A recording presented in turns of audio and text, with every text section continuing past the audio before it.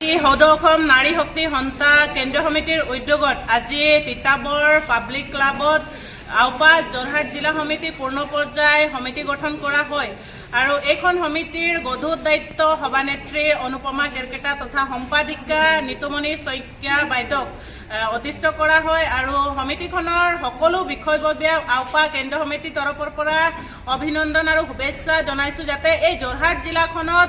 নাৰী শক্তিয়ে নিজৰ শক্তি প্ৰদৰ্শন কৰি নাৰীসকলৰ যিকোনো সমস্যাত মাৰ বান্ধি থিয় দি